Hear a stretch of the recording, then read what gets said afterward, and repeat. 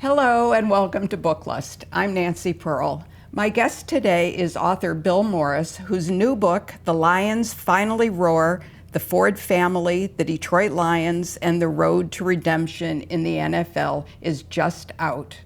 Bill, thank you so much for joining us today. Nancy, thanks for having me. This is a thrill and an honor, I tell you.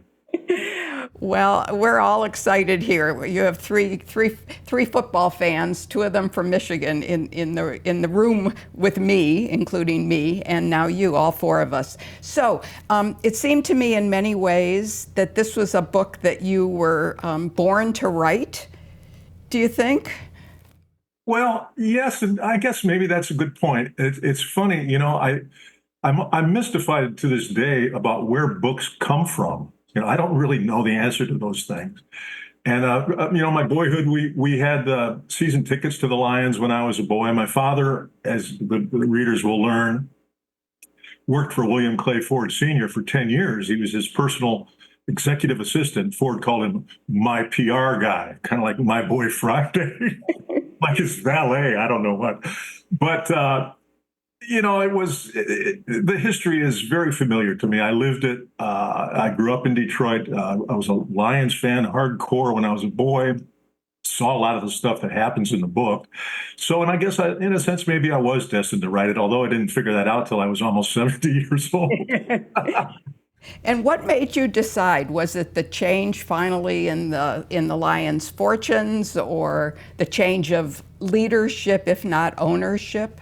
Well, that's a kind of an interesting question because I'll tell you, to go back to my original statement about where books come from, I sat down with my father when he was 73 years old in 1995, and I was thinking, well, he's not going to be around much longer, and I want to get his story down. So I sat down with him for about 3 or 4 days with a tape recorder and got him to tell me his story from birth to the present. Now, a lot of that story, of course, was involved with his move from Washington, D.C., where I was born when he was a reporter for the Post, to Detroit in 1952. Ford was beefing up its PR operation for the 50th anniversary in 1953. And so my father went to work in this burgeoning company. Well, in the interviews that I did with him, he had a lot to say about the Ford family, the Bill Ford in particular, the drinking, the traveling, the cars, and the Lions. And my father was there in the room when Bill Ford bought the team in 1963 on the day President Kennedy was assassinated. And I went back to those tapes. They sat around for 25 years. And like a lot of American men, I sort of keep an eye, and you probably do too, on the Lions and the Tigers, the teams that you grew up with. I don't follow them religiously, but I kind of keep an eye on them. And I started noticing along about 2021, that Bill Ford had died in 2014. His widow, Martha Firestone Ford, took over the team, ran it for 6 years fairly well. And then, to just about everyone's surprise, instead of handing the keys to her only son, Bill Jr., she gave them to Sheila Ford Hamp, her daughter, who had been grooming for the job all along and was very ready to take on the job. But in her first year, she hires this new general manager, this new coach, this new regime, fresh blood. People in Detroit have heard this story a few 100,000 times. And sure enough, they lose their first 10 games. And it was at that point that I thought, there's a book here. I went back and reread the transcripts with my father from 25 years earlier. And I thought, now the team has been to three stadiums, Tiger Stadium, the Silver Dome. Now they're in Ford Field. They've had three owners. Admittedly, they're all named Ford, Bill Ford, Martha, now Sheila. They've got this great new coach, this great new general manager, and they lost their first 10 games. And I thought, there's something going on here. This is a culture of futility. And I thought my original idea was to write a story about why organizations fail, why they're set up to fail year after year after year. And the Lions are got to be a textbook case of that. So my original working title was Natural Born Losers. Which, as events happened, I had to abandon and change slightly. But that was my starting point. I thought it would be a counterintuitive. America loves success stories, right? I thought I'm going to go against the grain here and write a story about failure. Well, it didn't turn out to be quite that way. I mean, there was a lot of history of failure in the book, but the ending was very different. Yeah.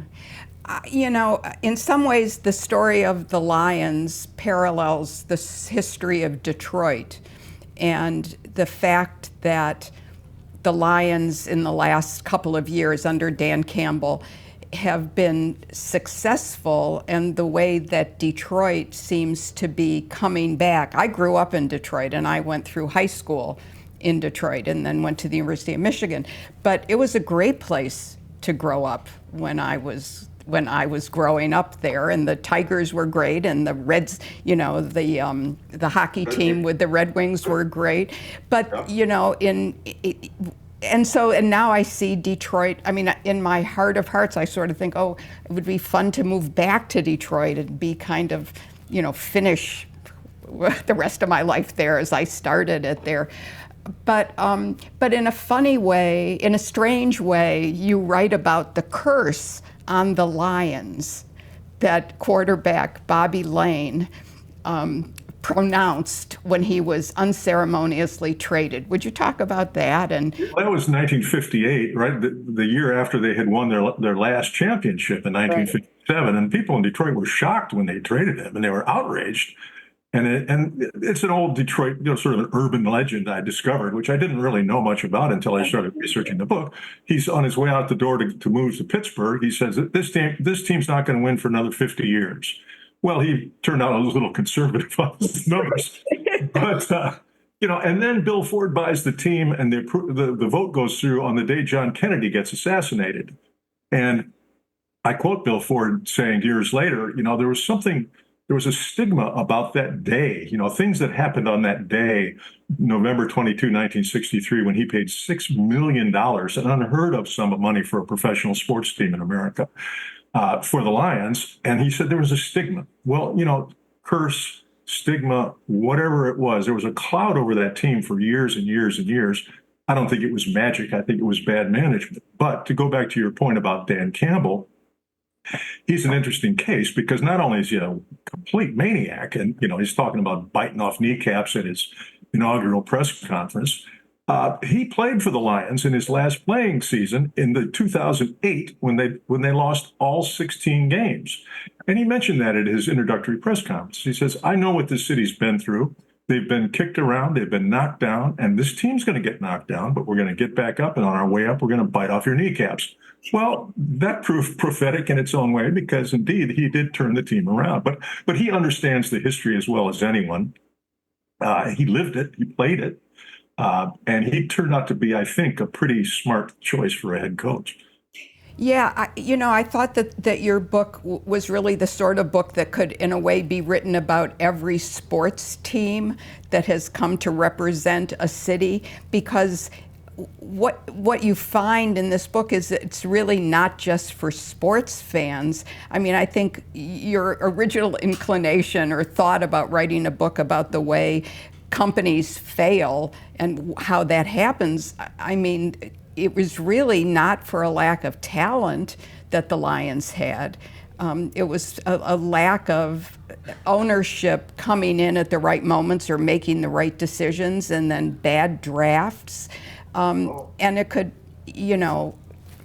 isn't it what here's my thought. You should just get a series going. Maybe you could do Kansas City next, and I'm glad to hear you say that it's not just about football, because I didn't want to write a football book. Right. I wanted to write a book about Detroit and the people of Detroit and the history of Detroit. And as you know, you grew up there, we grew up there. It's a fascinating place. It's really one of the most interesting places I've ever been. And I've been around the world a little bit. And the history of Detroit is just, it's dark, it's uplifting, it's exciting, it's innovative, it's scary, it's ugly, it's everything. And like I was reading a book the other day, it says, once you start to understand Detroit, you start to understand America. Because Philip Levine, the great poet laureate, a Detroit guy, as you know, I'm sure, I dedicate the book to the people of Detroit, and I paraphrase a quote of his. I say, for the people of Detroit who survive everything America can dish out. And that's what Philip Levine had to say about his fellow Detroiters. And I think that's beautiful, because that's to this day, that's what the city's all about. And I wanted to get that in the book. I didn't want this to just be about football. although it is about a lot about football. It's about cars. It's about music. It's about Motown. It's about the MC5 and the Grandy Ballroom and the Flame Show Bar and Walter O. Briggs and racism and Coleman Young and the Rebellion of '67, the Tigers of '68. I wanted to get all of that in the book. Maybe that's too much. I don't know, but I tried. No, I think you absolutely did. And even though I've been a fan of the Lions and follow everything that's happening in Detroit from afar, though I haven't lived there for I don't know 50 years, it still feels like home to me. And there was so much in your book that I hadn't thought of for so long. I hadn't thought of the time when the Motown headquarters left Detroit to move to Los Angeles, right? And what a sort of stab in the heart that was, and that one of the things that Bill Ford did right, I think, was he kept the Lions. He didn't move west like so many of those Midwestern teams did, or St. Louis teams did. I'm glad you bring that up, Nancy, because the premise of the book, and a lot of the book, people generally agree that the source of the Lions' perennial problems was the fact that Bill Ford was not only too loyal to people, but he was too loyal to the wrong people. Yeah. And my theory is that came from his sort of coddled upbringing. The money was new in the family. Henry didn't get rich, the old man, until 1906. Bill was born in 1925. That money was less than 2 decades old when he was born. But he grew up I went through the Edsel and Eleanor Ford house there on Lakeshore Drive. And he grew up in incredible opulence. And my premise going into the book was that this kind of upbringing made him constitutionally incapable of running a hard-nosed business operation. He operated on whether he liked somebody. He operated on whether or not somebody did him a favor, whether he felt comfortable, whether he was sure the person wasn't going to be asking for favors. And he wound up being loyal to some really, really bad people, bad managers for a really long time. I was watching a game at a bar in New York. It was a Monday night football game against the Raiders. And I had an epiphany while I was watching the game. This was during the last season. It's a Monday night game and it says the Las Vegas Raiders. And I thought, wait a minute, the Raiders are from Oakland. And I'd been following football from afar. I didn't realize until I did the research. They'd left Oakland, they went to LA, they came back to Oakland, then they moved to Las Vegas. Al Davis was like playing this team against, playing cities off of one another. I started doing research into other self-made men who ran football teams who were really kind of monstrous people. James Irsay in Indianapolis, his father moved the Colts under the cover of darkness. And then the real champion is Dan Snyder, who recently was thrown out as owner of the Washington Commanders. So I wanted to say Redskins, but I caught myself. But I realized that it's not just people who inherit money who are bad at running things. Some of them are quite good, actually. It's the individual, and simply by being a self-made multimillionaire, that doesn't mean you're going to be good at what you do either, or good at running a football team. In fact, you could be quite bad. Right. But his older brother, Henry Ford II, had no trouble making decisions, right? I mean, so there's that whole second son. I mean, if you want to go and psychoanalyze the family, I mean, that dynamic. Well, I think that the birth order of the boys had a whole lot to do with Right.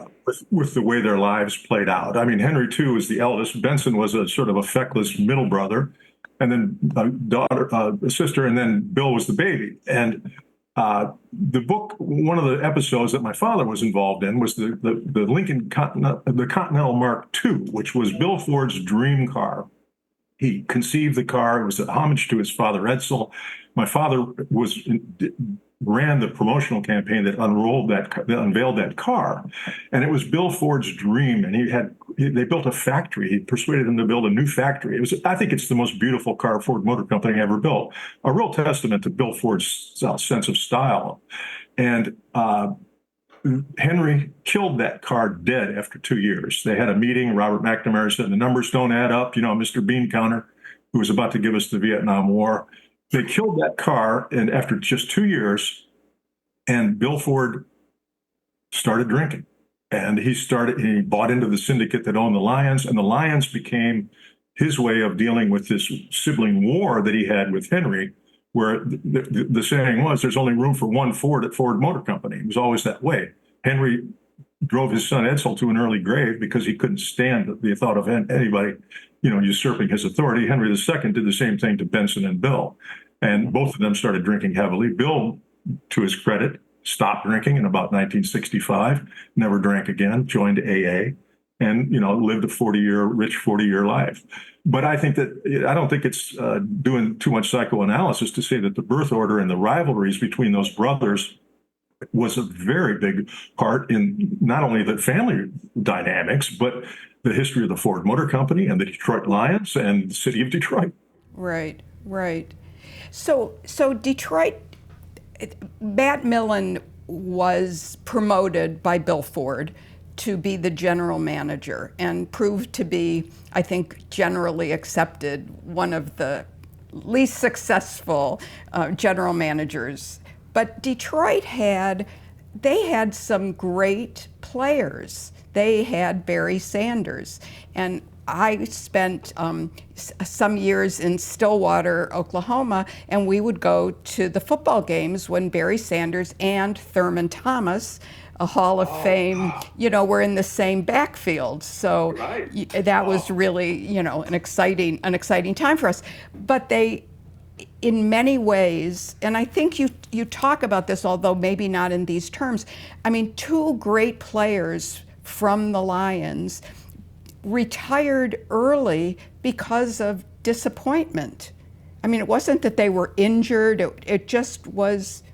You're talking about Calvin Johnson, I think. Yeah, Calvin Johnson and Barry Sanders. Right. And, you're talking about the players. I remember as a boy watching, some of the players were so great. Joe Schmidt, Lem Barney, Mel Farr. The Lions hired a guy named Will Robinson, a black scout, and he scoured the back roads of the South and the Lions were aggressively drafting black players. They weren't pioneers in racial integration, but they drafted some great black players in the 1960s. And then, like you say, Charlie Sanders, Calvin Johnson, Matthew Stafford, who wanted to get out and asked to be traded and was traded and won a Super Bowl as soon as he was traded to the Los Angeles Rams.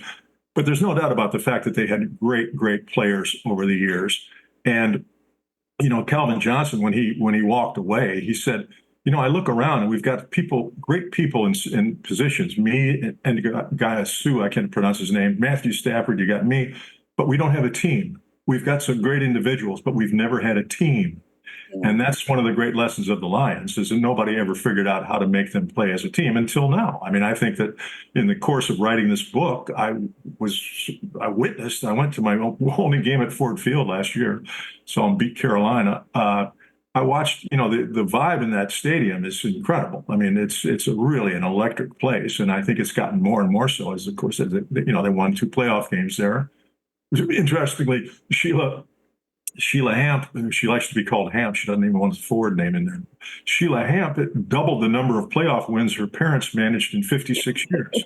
In just 4 years, she doubled their 50 total from 56 years. So she's doing something right. And in a way, she's sort of the heroine of the book, but she's certainly the pivot that her sticking with those guys when they were having tough times their first year and a half. She was ice cold, steely. I believe in these guys. And I think that the reason she believed in them was because she believes in herself. And I think that is really the key to the story. So, Bill, you've written several books about Detroit, Motor City Burning.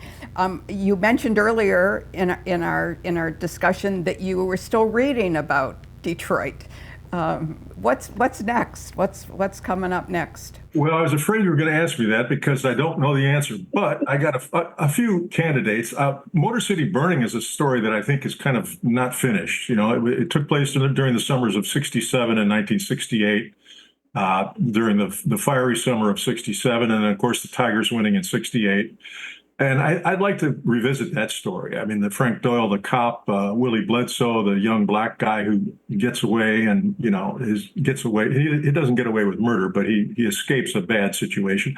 I think that there's something there. I want to go back and maybe move that story into the Coleman Young years or something like that.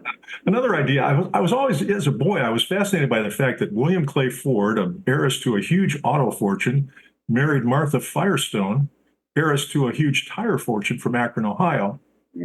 And I've always thought that marriage was interesting in a way. And then when I was researching this new book, The Lions Finally Roar, I come to find out that the playing surface at Ford Field has rubber crumbs in it. I noticed when the players hit the field, there's like a little explosion. It looks like smoke. That's rubber crumbs.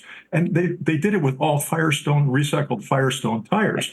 And then I started thinking about rubber. And I think rubber would be a fascinating story. I mean, not only in football fields, but the history of the Firestones in Liberia. I've been reading about Henry Ford and Fordlandia down in Brazil. It's just the story of rubber. And then I started thinking, well, there's a new rubber now. Now it's the search for precious metals, and the exploitation of the planet and the workers is going to be just as bad. They're looking, they're looking for lithium in South America. They're going to start mining the Pacific Ocean floor. So that's an idea. What the new rubber? Something about, and that's because it's going to power electric vehicles and batteries, and that's the new technology that we have to feed. So that's an idea. I don't know. I got a few other things going on. Maybe the Burwood Wall in Detroit, which you may know about. And story about walls is another one. So these are all sort of inchoate ideas, but Akron is the setting for the first sit-down strike in the tire industry, and there was a novel called Industrial Valley by Ruth McKinney, I guess her name is, which I believe is still in print or has been reissued. But it's a great story of that. I'll look that up. That's great. Yeah. I think that would be a book that you would be interested in because it fits in with so much of what you're talking about. And I've always wanted somebody to write a novel or a book about the young men from Detroit, because there were many of them who went to fight in the Abraham Lincoln Brigade of the Spanish Civil War. And no, because there isn't, they're mentioned in other nonfiction or fiction, but I think someone who has an interest in Detroit history would find that fascinating. Well, indeed, you and I need to talk some more, Nancy, because you got some good ideas. Let's keep talking after this is over, okay? Absolutely. Let's do it. All right. Bill, thank you so much for coming on the show, and good luck with the book. I enjoyed every minute of it, and I can't wait for this season with the Lions. Me neither. Thank you, Nancy.